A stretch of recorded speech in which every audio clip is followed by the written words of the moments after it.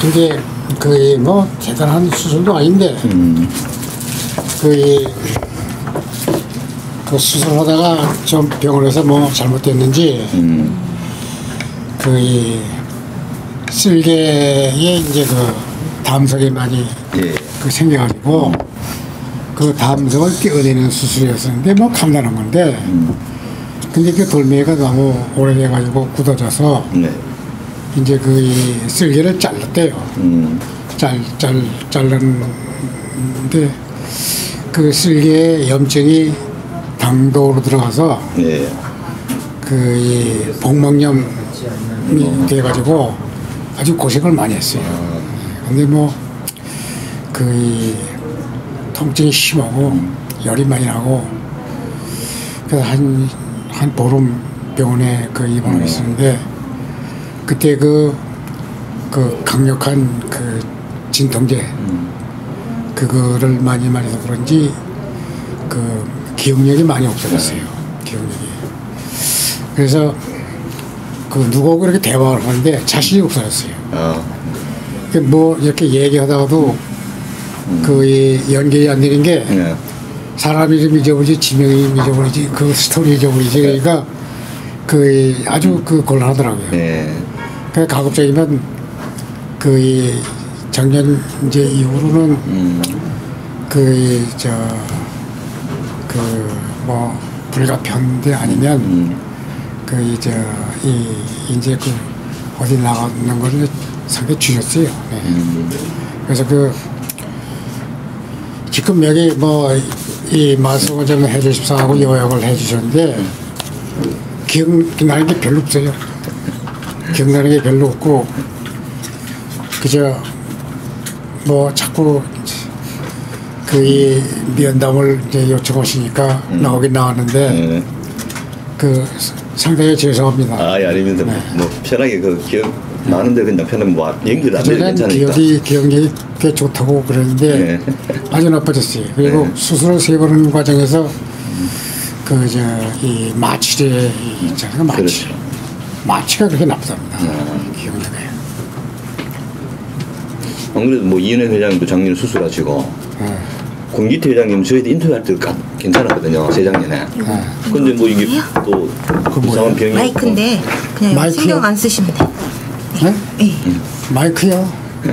뭐 돈이나 주면 모르지만 마이크를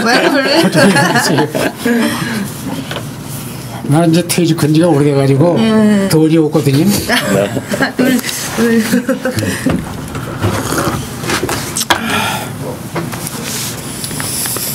그래서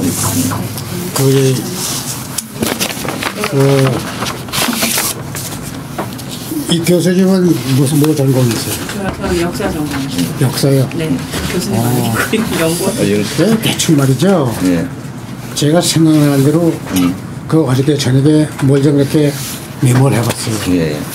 그 메모를 해봤는데 그래서 뭐 정경 회장님 하도 유명하신데 내가 정경 회장에 대해서 뭐 얘기할 게 없는 게 하도 유명한 분이 돼가지고 뭐 여러 사람들이 뭐 스타일 많이 했잖아요. 그래서 뭐 이렇게 그 특별히 없고 정지영 회장님 이렇게 그 얘기가 나오면 그 다른 기억은 없고 내가 야단 많이 맞은 거, 혼난 거 그런 것만 기억이 돼요. 다른 분들도 그런 말씀 많이 하셨어요. 그런 것만 기억이. 내가 종합기획실장을 옆방에서 그룹 종합기획실장을 한 12년 했거든요. 그러니까 뭐 무슨 문제만 있으면 부르셔갖고 뭘 못한다고 야단도 많이 맞고 또 큰 일도 오더를 주시고 이제 그렇게 해서 참 고생을 많이 했어요. 그 모시고 있는 동안. 그리고 그 양반이 원래 새벽에 잠이 없잖아요. 새벽 한 5시쯤만 되면 우리 집을 전화를 줘요.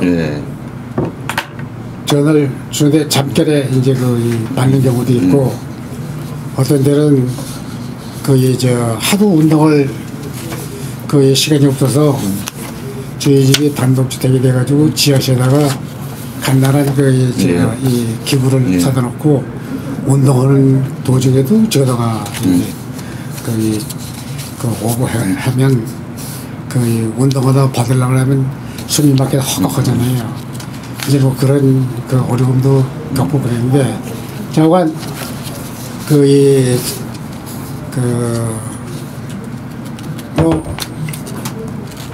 뭘 쓰려고 보니까 옛날에 뭐 아주 혼나고 야단 많이 먹고 뭐 그런 것만 기억이 되더라고요. 자관 이렇게 적어봤습니다. 그러니까 대충 내가 중요하다고 생각하는 것만 적어봤는데 이걸 가지고 제가 그냥 설명을 드리면 어떨까 싶어서 그렇게 뭐 해주시면 말씀을 해주시면 일단 먼저 들어가야 되는 일단 회장님의 생년월일 하고 고향하고 뭐 가족관계 그까지 말씀 좀 해주세요. 저는 이제 농촌 태생이죠. 근데 제가 태어난 곳은 남양주시 이패동이라는 데인데 거기에는 이제 거기서 태어나가지고 초등학교를 거기서 다녔어요. 근데 그 당시에는 거의 다들 어려웠지만 그래도 저희 집은 정미소도 있었고 과수원도 있었고 그래서 뭐 생활하는 데는 거의 불편이 없었습니다. 그래서 뭐 유년기는 잘 보냈고 제가 초등학교 때도 공부도 좀 곧잘해서 1학년에서 6학년까지의 평균 점수가 98점이 돼요. 그래서 도지사상을 탔어요. 졸업할 때.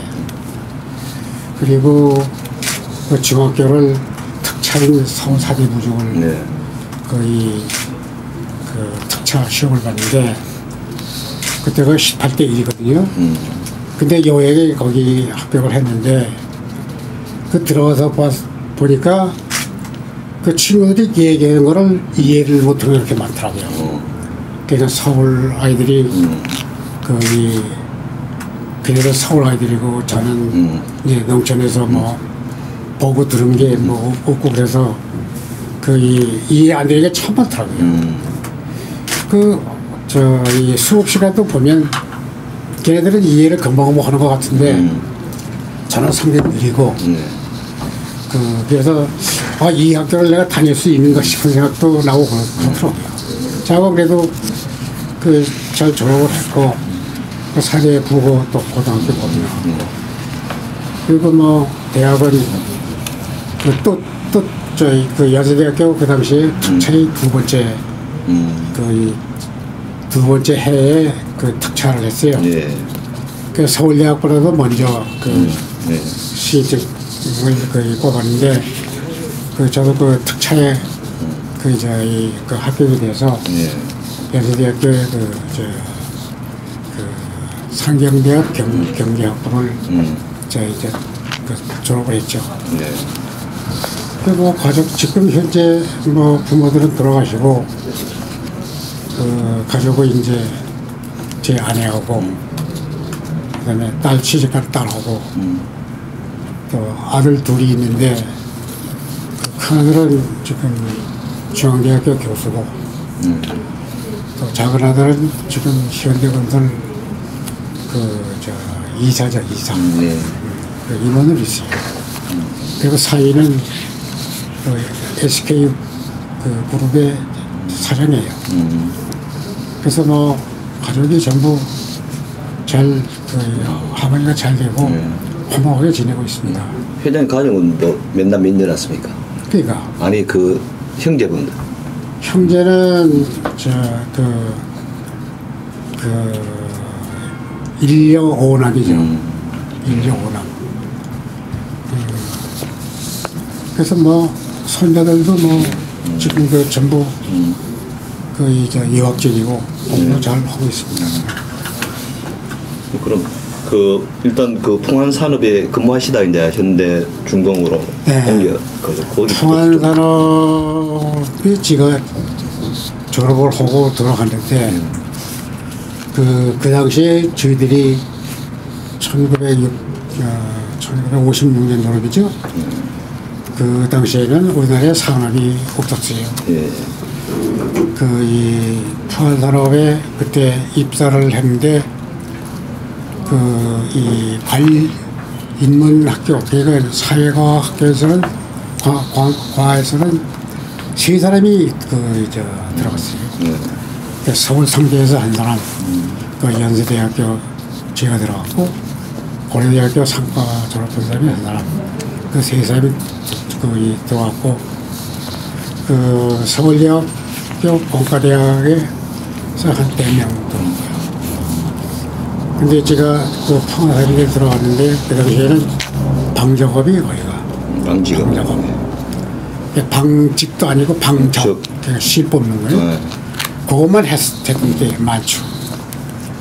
그리고 풍안 그때 재보자고 했는데 주정회사가 있었고 방적 회사가 이제 나중에 커가지고 방직도 해고 그렇게 됐습니다. 근데 제가 거기서 이제 입사를 해가지고 부장까지 지냈는데 그런데 풍안산업에 문제가 생겼어요. 주인이 이제 김영구 회장이라는 분이었는데 평안도 분이죠.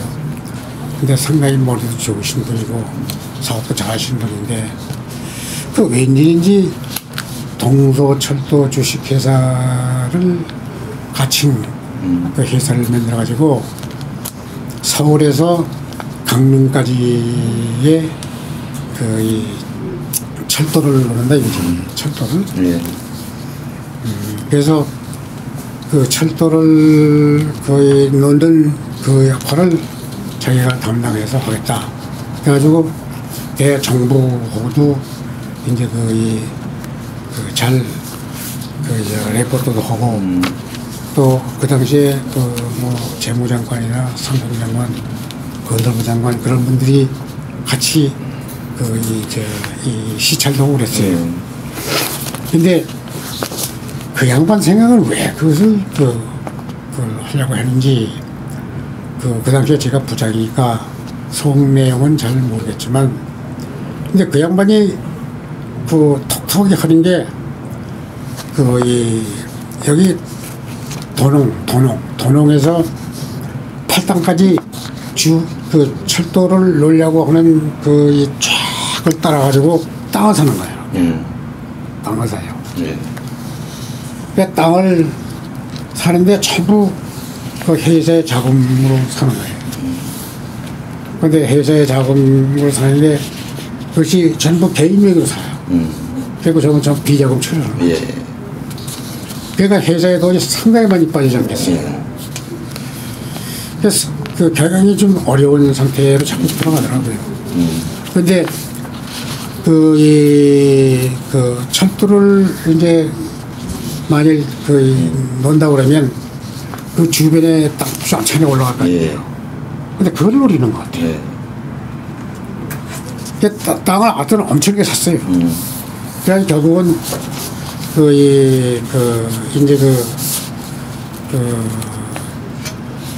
사채를 얻어가 이제 회사를 경영을 했는데 사채에 money해가지고 1차 부도가 났어요.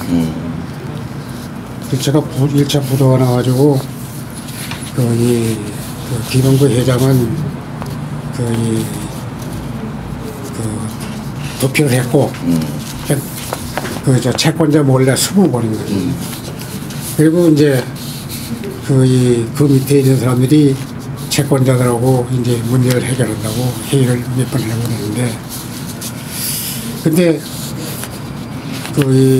저를 불러가지고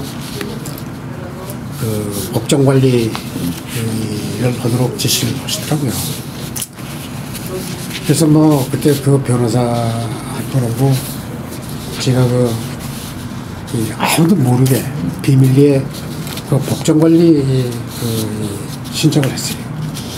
그래서 그것이 그 지방법원에서 그 확정돼가지고 법정으로 들어갔습니다. 이제 그러면서 제가 이제 그걸 거기 그만둔다고 했어요. 왜 그러냐면 채권자들이 제가 그걸 담당한 걸 알면 상당히 제가 입장이 곤란하겠더라고요.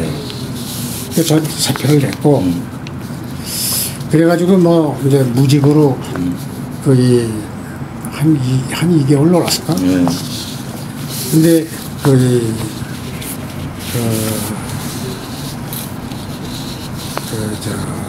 현대에 다니던 박영호 회장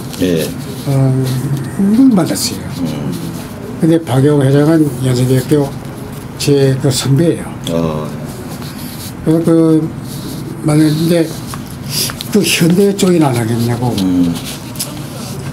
그래서 뭐 현대 괜찮겠냐 그랬더니 지금 앞 방향은 좋다고 본다. 그래서 생각이 있느냐 그래서 난 그때 영풍 사업의 회장 아들이 동창이에요. 근데 거기 자꾸 오라고 그랬긴 했는데 그래서 친구네 회사보다는 다른 데로 가는 게 좋겠다고 생각이 또 되더라고요. 그래서 뭐 가겠다 그랬죠. 그러면 저희 연락하겠다고 자기가. 2, 3일 후에 연락이 왔어요. 아침에 출근 시간 전에 오라고. 갔더니 지영재가 회장 방을 데려가더라고요. 데려가서 이제 인사를 시켰는데 지영재가 회장이 뭐 몇 가지 묻더니 내서부터 출근하라고 그러더라고요. 그래서 그 다음 날서부터 현대건설 경리부에 이제 출근하게 됐죠. 근데 뭐 그 당시에 현대건설은 현대그룹이라는 게 이제 현대건설하고 현대시멘트 자동차를 이제 막 설립을 해서 이제 하는 도중이더라고요. 그러니까 회사는 셋인데 방직회사는 역사가 있지 않습니까? 근데 이 건설업은 역사가 없어가지고 아주 허술하더라고요. 아주 허술해요. 그냥 뭐 격리하는 것도 뭐 대충이고 뭐가 이렇게 잘 잡혀져 있질 않아. 거기 모여 있는 사람들도 참 우수한 사람들인데 왜 그렇게 일을 하는지 모르겠더라고요. 갔을 때 직함은 어떻게 경로부 뭐로 부장으로 하십니까? 그 당시에는 정재영 회장님이 이러더라고요. 거기서 월급을 얼마 받느냐고 그러더라고요. 부장 월급을. 그때 8,000화인가 8만 화면 받았어요. 8만 원인가? 8만 원이지 8만 원. 8만 원을 받았어요. 그게 뭐 회사가 자금이 이제 어려운 상태다 보니까 금료가 뭐 한 2, 3년 못 올라고 그랬죠. 그랬더니 우리 회사는 부장이 10만 원인데 우선 말이야 차장으로 우선 시작해볼까? 그러더라고요. 그래서 뭐 그러시라고. 그 차장으로 들어갔어요. 그 차장으로 들어갔는데 경리부에서 이제 일을 했는데 그때 한 6개월 좀 지났는데 조선사업부라는 걸 만들었어요. 근데 현대중공업 이제 준비하는 부서지. 거기에 이제 부서가 업무부하고 관리부가 이제 두 부가 있었는데 그 제가 관리부 책임자가 됐어요. 그리고 이제 업무부에 부장이 한 사람이 있었고 그다음에 이제 런던 지점에 몇 사람이 나가 있었고 울산에 기술자들이 몇 명 있었고 그런 상태였습니다. 그러니까 일은 런던하고 서울에서 일이 벌어지는데 그 당시에 이런 건 차관 업무예요. 예. 차관. 그리고 차관 업무를 제가 이제 취업을 하게 됐죠. 그래서 이제 그 차관이 뭐 상당히 큰 차관을 한 거죠. 그때 주로 어디서 차관을 들여왔습니까? 그 영국이죠. 영국에서. 영국 뭐 바커리 은행 이런 거 뭐. 주로 그 영국입니다. 근데 그 차관이 전부 기계 사는 데하고 연관되어 있는 차원이죠. 그래서 뭐 그 당시에 우리나라가 보면요, 그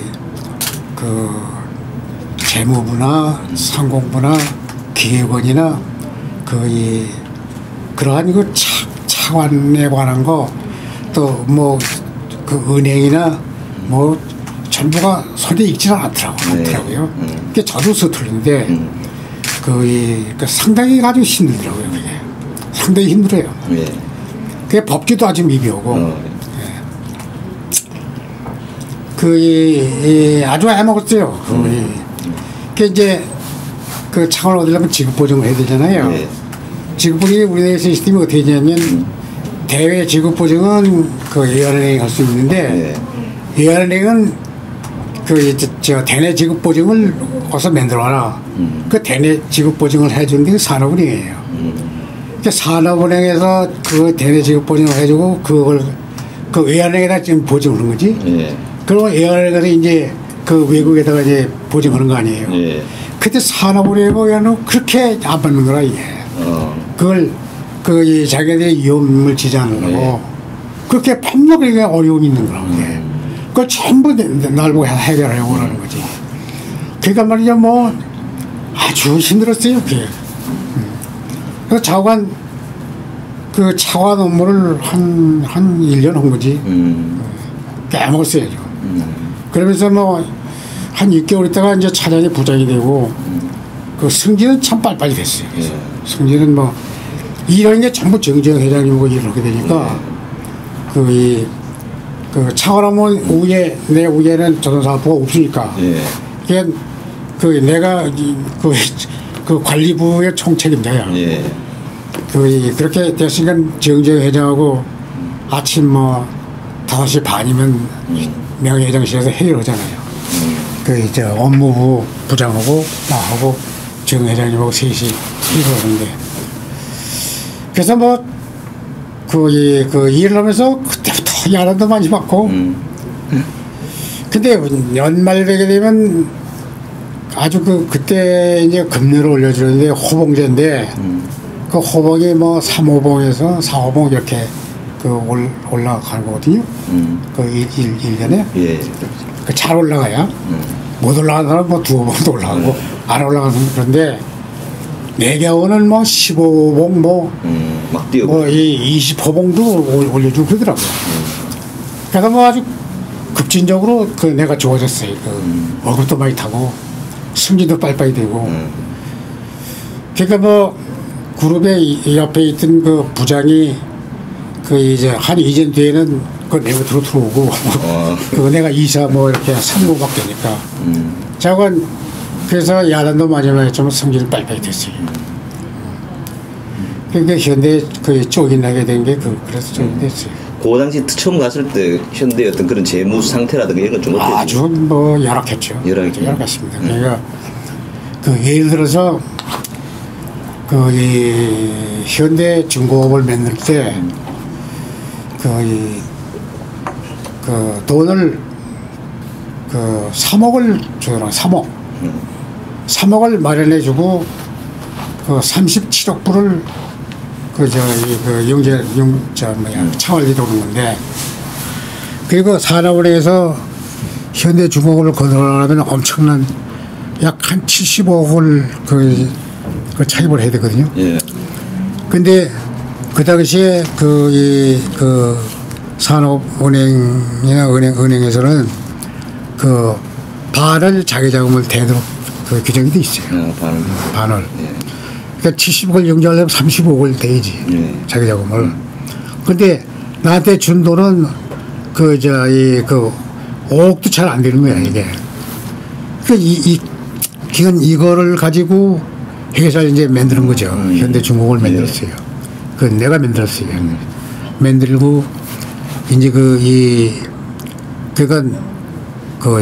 이 일반 말로 야리꾸리를 한 거지. 그러니까 자본 증자를 자꾸 시키는데 네. 그 자본금을 빼가지고 다시 다른 데 입금식 갖다 그 입금증명을 가지고 또 자본 조례하고. 예. 근데 이렇게 해가 지금은 안 됩니다. 그게. 지금은 안 되는데 그 당시엔 그렇게 해가지고 그 자본금을 이 30%를 만드는 거지. 그러니까 그래서 융자 받고 그 차관돈 보고 그 현대중공업이 이제 된 거죠. 예. 그리고 그 버클연행에서 돈을 빌려올 때 그때는 뭐 우리가 뭐 아까 뭐 그 외환하는 산업은행 했지만은 뭐 그 쉽게 빌려주지 않았을 거 아니에요. 아니 쉽게 안 빌려주죠.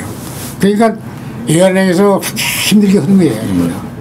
그 외환은행에서 그렇게 산업은행 지급보증받은 외환은 문제가 없잖아요. 예. 그러니까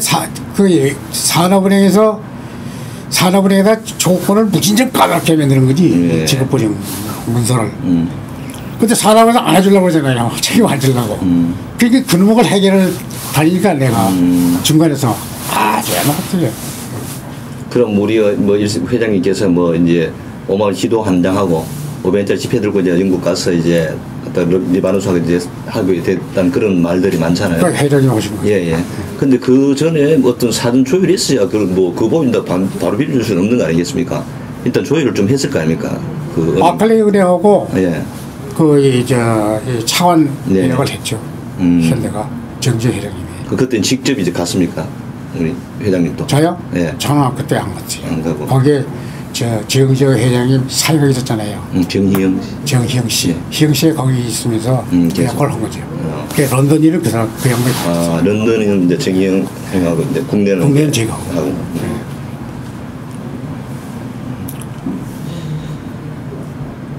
그래도 굉장히 빠르게 이제 뭐 그룹 종합기획실장이 되셨는데 그때는 종합기획실이란 그 개념이 없었다 아닙니까? 없었지. 근데 뭐 이거 어떤 일을 했어요 그때? 종합기획실이 없었고 현대건설의 기획실이 있었어요. 아, 현대건설기획실. 현대건설의 기획실이 있었는데 이제 제가 이제 그때 뭐 부사장 정도 됐을 거예요. 그 종합기획실인데 기획 이 업무를 겸직을 하라고 해서 현대중공업 이제 부사장인데 그래서 이제 그걸 보니까 이 그룹의 분위기가 무슨 정확히 실무 어쩌고 그룹을 뭐 이렇게 통제하고 어쩌고 하는 걸 분위기가 아니더라고요. 네. 근데 삼성은 그 비서실인 게 그 당시에 벌써 만들어져 있어가지고 그룹을 통할하는 이런 걸 하더라고요. 근데 그 종합계획실인 걸 내가 만들어가지고 명예회장한테 브리핑을 했죠. 종합계획실을 이렇게 해서 운영을 하려고 하는데 괜찮겠습니까? 그렇게 해라. 이제 그래서 이제 이 삼성 비서실처럼 그 운영을 이제 운영 시스템을 만드는 거죠. 근데 내가 종합계획실장하고 공모를 한번 냈더니 현대건설 뭐 부사장급에서 놀래더라고요. 그 어떻게 그걸 공모를 그렇게 그 현대건설 사장이나 단계회사 사장한테 그렇게 막 낼 수가 있느냐. 아주 놀래더라고요. 그래서 두고 보라고. 그래서 이제 그 그룹을 장악을 했죠. 그래서 처음에는 상당히 그것도 힘들더라고요. 여기 이제 종합계획실에 이 역할에 관한 거 이제 대충 그래서 4번에 만들어졌는데 그 말씀도 해주시고. 그러니까 이제 뭐 종합계획실 내가 회사가 이제 양개가 생기니까 그 당시에 종합계획실 만들 때만 하더라도 회사가 아마 한 20여 개 거의 그쪽밖에 있을 거예요. 근데 그걸 정재 회장님이 전부 컨트롤할 수가 없잖아요. 그래서 종합계획실을 만들어가지고 종합계획실에다가 지시를 하면 종합계획실장이 각사에다가 공문을 내서 어떤 거는 의명이라고 해가지고 지시를 내리고 또 내가 하는 건 종합계획실장 내기로 내고 이제 그렇게 해서 그 그룹의 소통을 한 거예요. 그리고 그룹을 한데 모으는 집합 그 역할을 하고 그렇게 이제 그 역할을 한 거죠. 근데 뭐 종합기획실의 주된 업무는 그 처음에는 그 그룹사가 말이죠. 그 전부 어려워가지고 내가 종합기획이 되니까 제일 골치 아픈데 한 오후 4시쯤 되면 교환 막아달라고 쫙 앉아있는 게 그게 문제더라고요. 교환을 못 막아서. 그래서 그놈의 교환 그거를 어떻게 막아주냐 하면 이제 돈 있는 회사에다가 전화를 해가지고 어느 회사에 얼마 빌려주라 뭐 어쩌라 이렇게 하니까 그 회사에서 좋아할 리가 없잖아요. 어? 그것도 뭐 한두 번이지. 그럼 어떻게 이렇게 일일이 합니까? 그래서 이걸 생각을 하다가 여기 이제 맨 나중에 종합계시 역할 중에 7번에 각사의 독립 자립을 할 수 있도록 정자를 검토한다 이제 이런 게 얘기를 했는데 그 각사의 그 모자란 그 재무 구조는 그 정자를 시켜가지고 그 자립을 해 나갈 수 있도록 조치해 줬어요. 근데 그 역할도 상당히 어려웠는데 몇 번의 사장단 회의를 거쳐가지고 그것을 성공시켰어요. 그래서 앞으로 이제 내 방에 교관 먹어달라고 오는 놈은 이 면직 치료를 할 테니까 그런 줄 알라고. 그때부터 안 왔어요. 그래서 안 왔어요. 그래서 종합계획실이 자금 때문에 뭐 골치 아픈 일은 없었어요. 그 종합기획실 임원들 월급이라든가 종급여까지 관여를 했다는 게 측정하는 거. 그렇죠. 근데 각 회사마다 상황은 다 다를 거 아닌가? 다르죠. 다 고려해가지고 다 풀리는 각사 사장이 그 안을 가져오면 종합계획에서 검토하고 그래서 뭐 좀 이상하다고 보는 건 사장하고 협의를 하고 그리고 명예 회장한테 보고를 하는 거죠. 그래서 확정시켜 주는 거지. 그러는 거죠. 그리고 종합실 실장이 사실이 뭐 누구는 얼마 이렇게 하면은 아닙니다. 네. 근데 그것도 통과하기 힘들 텐데 이 기사를 보니까 종합기획실장 하실 때 회장님께서 전자산업이라든가 수유학 분야에 진출했다고 하면서 그 기록을 보니까 이제 우리 창업자께서 굉장히 기뻐했다는 그런 기록이 있거든요. 그 총괄하면서도 또 새로운 사업 분야 진출까지 책임지는. 신규 사업 여기 쓰진 않았는데 신규 사업을 앞으로 투자 방향을 어떻게 할 것이냐 하는 걸 연구하는 거니까. 정확히 그 역할도 해요. 여기 지금 그건 빠졌는데. 그러니까 그런 걸 연구하면서 자꾸 그걸 발전시키는 거죠. 근데 그 당시에는 이 여신관리 규정이 아주 까다로웠어요. 그래서 그 여신관리 규정이 아주 까다롭게 되어 있었는데 얼마큼 까다로우냐면 30대 그룹을 먹는 한도가 있고 30대 그룹 또 안에서 10대 그룹을 먹는 또 한도가 있고 10대 그룹 안에서 또 다시 5개 그룹 그러니까 현대 삼성 LG 이제 대우 또 칼 그렇게 5대 그룹을 먹는 또 한도가 있어요. 그러니까 은행에서 차입을 할 수 있는 한도가 정해져 있었습니다. 또 그리고 그 당시에는 이 그룹이 나가서 뭐 이렇게 차를 할 수 있는 그러한 형편이 아니었어요.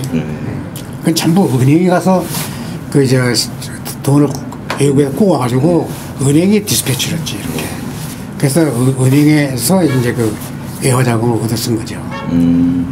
그런 상태였습니다. 그리고 아까 잠깐 나왔습니다만 이제 급등 정유 회사를 이제 인수를 하게 되고 수유학 사업에 이제 나가게 되잖아요. 그 급등 정유 회사를 인수하게 된 배경이라든가 또 현대가 석유화학 사업에 이제 나가게 된. 급등 정유는 여기 대충 좀 적었는데 급등 정유는 원래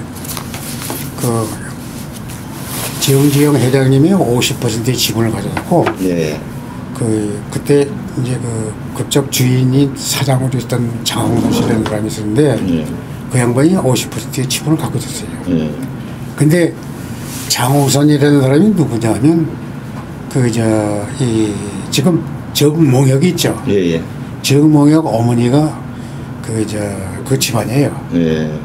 그 집안에서 시집을 넣었다고요. 걔가 이 남매가이지 장호선이고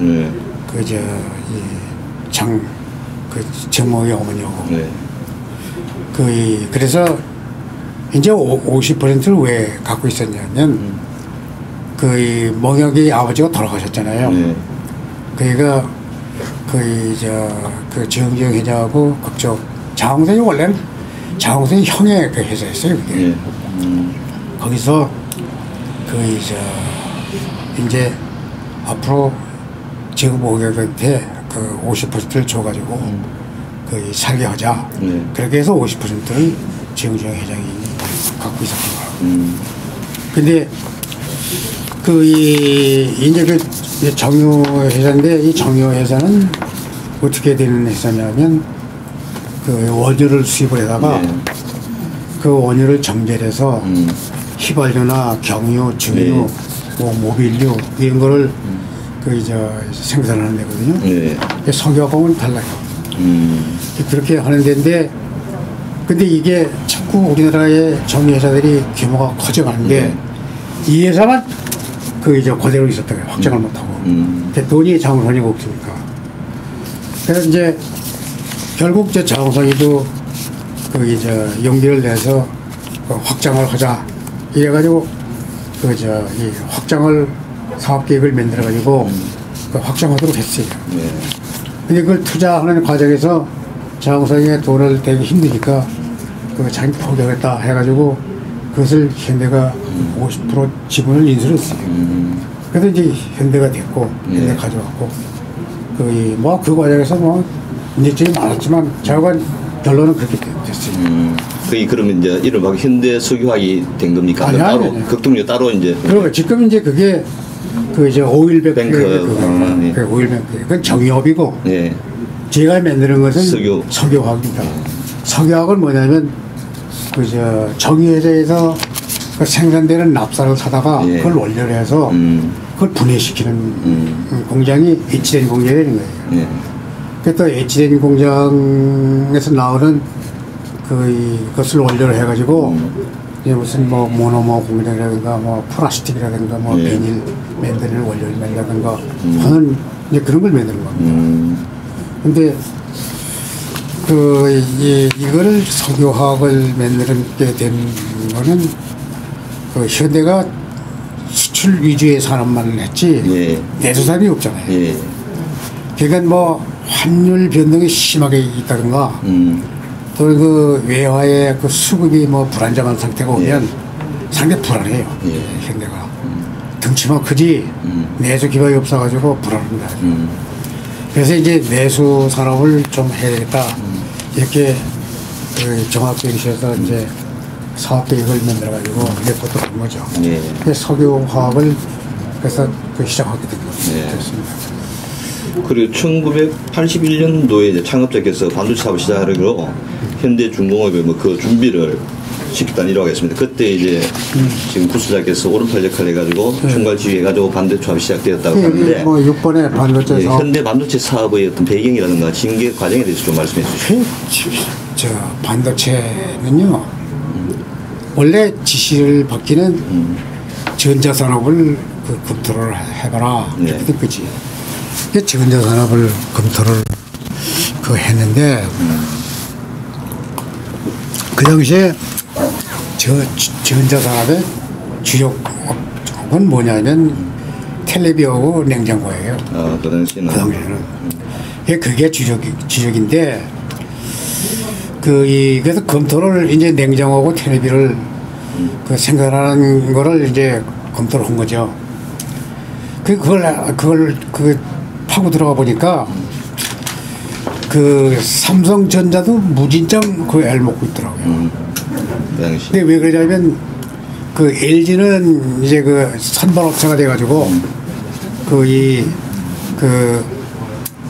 되는데 나중에 삼성전자는 아주 후발업체거든요. LG보다 상당히 후발업체. 그렇죠. 근데 그 수출은 하나도 없을 상태고. 예.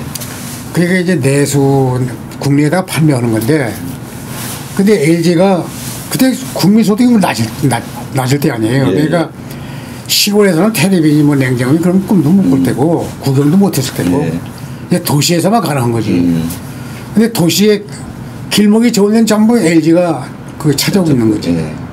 근데 삼성이 후발업체가 뭐 국내에다 뭘 판매하려고 보니까 그 LG가 좋은 몫은 다 차지해가지고 그 판매가 안 되는 거예요.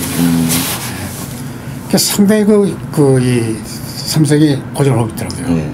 그래서 삼성의 사양도 만나는데, 근데 삼성이 또 무슨 큰 문제가 있냐면, 그래도 뭐 이제 외상 매출을 많이 주잖아요. 그러니까 LG보다 또 외상 매출을 많이 줘야 되지 않겠어요. 그 외상 매출을 주는데 회수가 안 되는 게 3% 어떤 때 6%까지 올라가요. 그건 뭐 그 손실이 엄청 큰 거죠. 그래서 이제 이런 걸 전부 분석을 해보니까 현대가 그 가전 사업에 들어갈 틈이 없더라고요.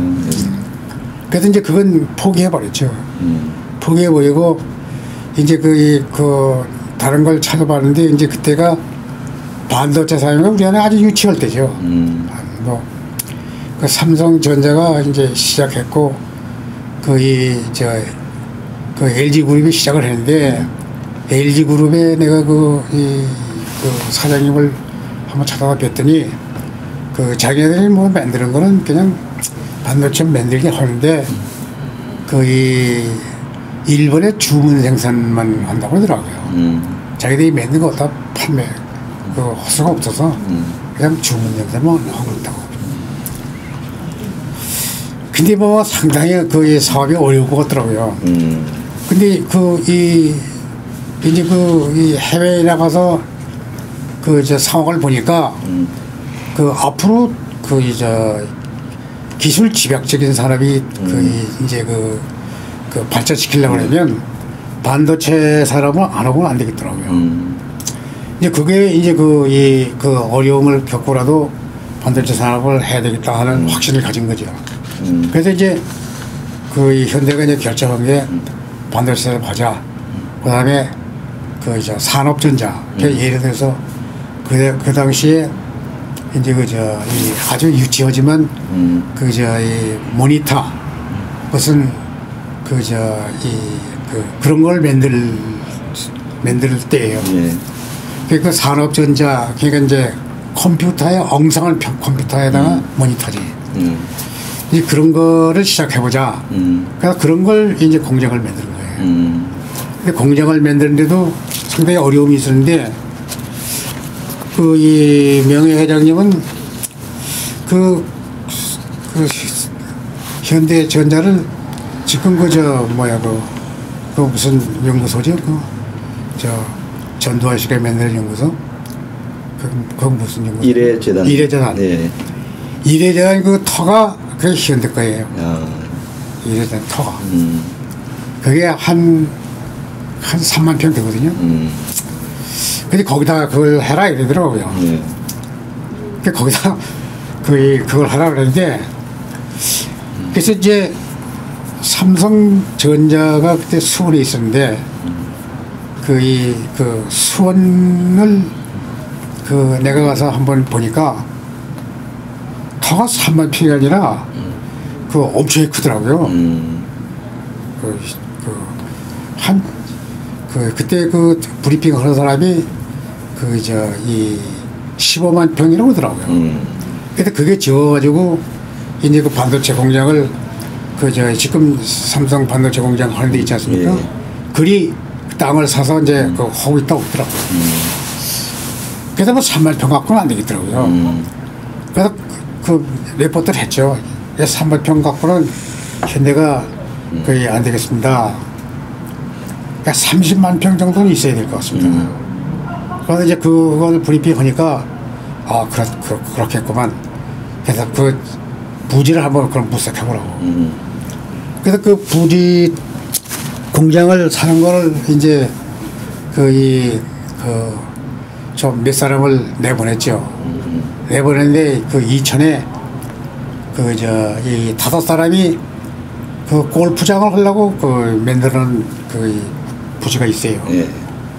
근데 그게 뭐 한 40만 평 정도 되는데 그때 그 주인들이 전부 은행장들이더라고요. 옛날.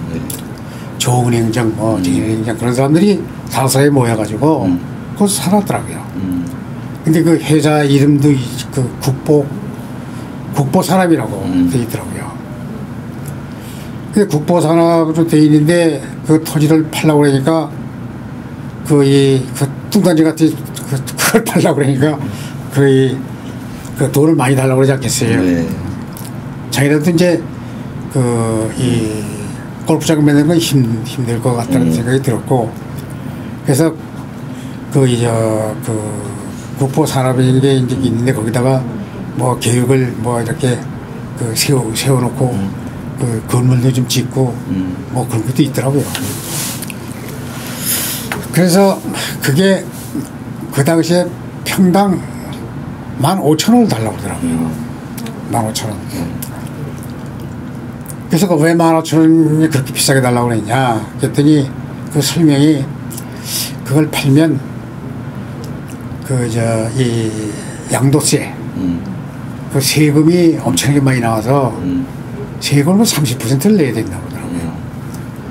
그래서 그렇게 안 받고는 그게 안 되겠다고 그런 얘기예요. 그래서 그러냐고 그러면 세금을 안 낼 방법을 내가 해줄 테니 싸게 팔아. 그게 무슨 방법이냐? 그래서 있다고 방법이 있는데 그러면 만 원에 안 되겠냐? 그랬더니 세금을 하면 그래도 더 받아야지 10,000원은 안 되겠다. 그럼 한 500원 어떠냐? 그게 15,000원 좋다 이렇게 됐어요.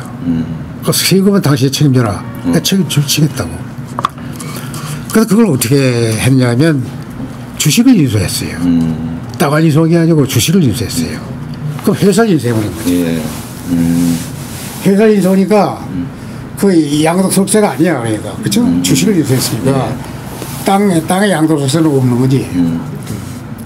그리고 대신 그 사람이 지은 건물은 자기들 가져야 되겠다 그래서 건물은 우리가 그걸 인수해가지고 건물 팔았지 오히려. 그래서 아주 싸게 샀어요. 그 부지를. 그래서 뭐 그런 거는 내 공이 크죠. 내가 왜 그러냐면 세무에 아주 그 해박한 지식을 갖고 있었으니까 그런 거는 잘 했어요. 그래서 반도체 그 땅을 해가 거기다 이제 반도체 공장을 세우는데 그래서 이제 제가 직접 본산지 미국의 사노세 이런 데 갔어요. 가가지고 거기에서 한국 사람들이 기술자들이 꽤 있더라고요. 그 사람들이 아주 기부 난당하는 사람들을 다 면접을 했어요. 한국에 오겠냐? 그래가지고 대우를 아주 잘해주겠다 이래가지고 그 사람들을 스카웃을 했죠. 그 스카웃을 한 30명 했어요. 30명 해도 그 사노세에다가 조그만 공장을 짓었어요. 그리고 2천원짜리 큰 공장을 짓고 그래서 이 사노세의 그 기술진들이 이제 이 반도체 설계 공정을 이제 개발해서 거기서 시험 생산을 해보고 성공이 되면 그걸 가지고 이천에 와서 매스 프로덕션을 하는 걸로 이런 계획하에서 이제 과감을 투자를 한 거죠. 그래서 뭐 한 2년은 소리를 봤어요. 2년 소리. 왜 그러냐면 반도체가 그게 힘들더라고요. 근데 이 기술자들이라는 사람들이 또 좀 맹랑하긴 해. 근데 그 2년 동안에 뭐가 안 되냐면 설계도 제대로 되고 공정도 제대로 됐다고 그러는데 생각을 해보면 업되게 나온단 말이에요.